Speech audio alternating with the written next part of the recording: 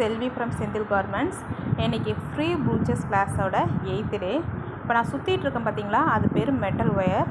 நம்மளுக்கு எந்த சைஸில் வேணுமோ அதை மாதிரி சைஸுக்கு ஏதாவது ஒரு திங்ஸ் எடுத்துங்க. எனக்கு சின்னதாக போதும், அதனால் நான் இப்போ மார்க்கரில் சுற்றி எடுத்துக்கிட்டேன். இதுக்கு பேர் ஸ்டாக்கிங் கிளாத். இந்த கிளாத்தை நம்ம சுற்றி வச்சுருக்க ஒயரில் அழகாக இந்த மாதிரி சுற்றி எடுத்துக்க போகிறோம்.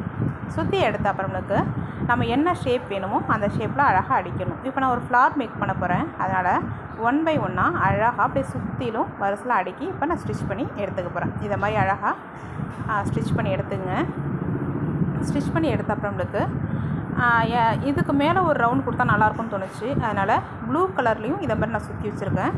அதையும் இது மேலே அழகாக அரேஞ்ச் பண்ணி அதையும் அழகாக என்ன பண்ண போகிறேன், ஸ்டிச் பண்ணி எடுத்துக்க போகிறேன். நீங்களும் அதை மாதிரி ஸ்டிச் பண்ணி எடுத்துங்க.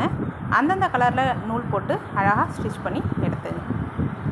இப்போ இதை ஸ்டிச் பண்ணி எடுத்த அப்புறமேலுக்கு சென்டரில் வந்து கேப் கிடைக்கிது இல்லையா, அந்த கேப்பை ஃபில் பண்ணுறதுக்காக ஜுவல்லரி மேக்கிங் மெட்டீரியல்லாம் கிடைக்கும் இல்லையா, அந்த ஷாப்பில் வாங்கின இந்த ஸ்டோன்லாம், இது வந்து ஸ்டோன் கிடையாது, ஒரு பீடு மாதிரி உள்ளது தான்.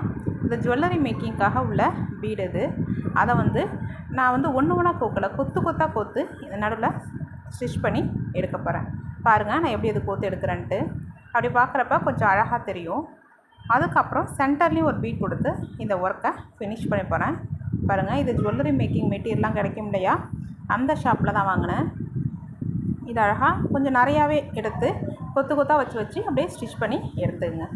எடுத்துகிட்டு சென்டரில் அழகாக ஏதாவது ஒரு பீடு என்ன உங்கள்கிட்ட அவைலபிள் இருக்கோ அந்த பீடை கொடுத்து ஃபில் பண்ணிங்கன்னா அழகான ஃப்ளார் ரெடி ஆகிடும். இதை வந்து ப்ளவுஸில் பேக் சைடில் பெருசு சின்னதுன்னு அப்படியே வரிசையில் வச்சுட்டு இருந்தாலும் நல்லாயிருக்கும். கவுனாக இருந்துச்சுன்னா சென்டரில் வைக்கலாம், இல்லை கிளிப்பில் வைக்கலாம். உங்களோட விஷ் தான். ட்ரை பண்ணி பாருங்கள், ரொம்ப அழகாக இருக்கும்.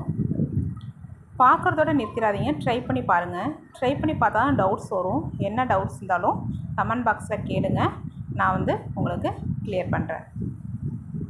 நல்லா நீட் ஒர்க், எல்லோரும் ட்ரை பண்ணி பாருங்கள்.